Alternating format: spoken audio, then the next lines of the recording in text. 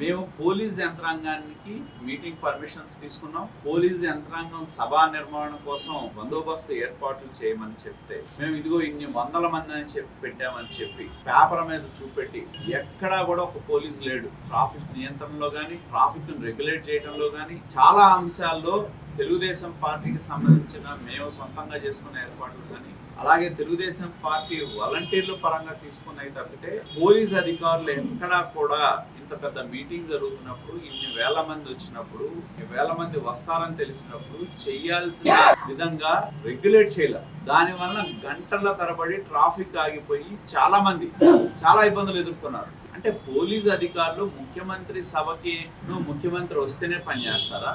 ఇంకా ప్రతిపక్షంలో ఎవరు మీటింగ్ పెట్టినా కూడా పోలీసులు శాంతి భద్రతలు కాపాడాల్సిన పోలీసులు తగిన ఏర్పాట్లు చేయరా?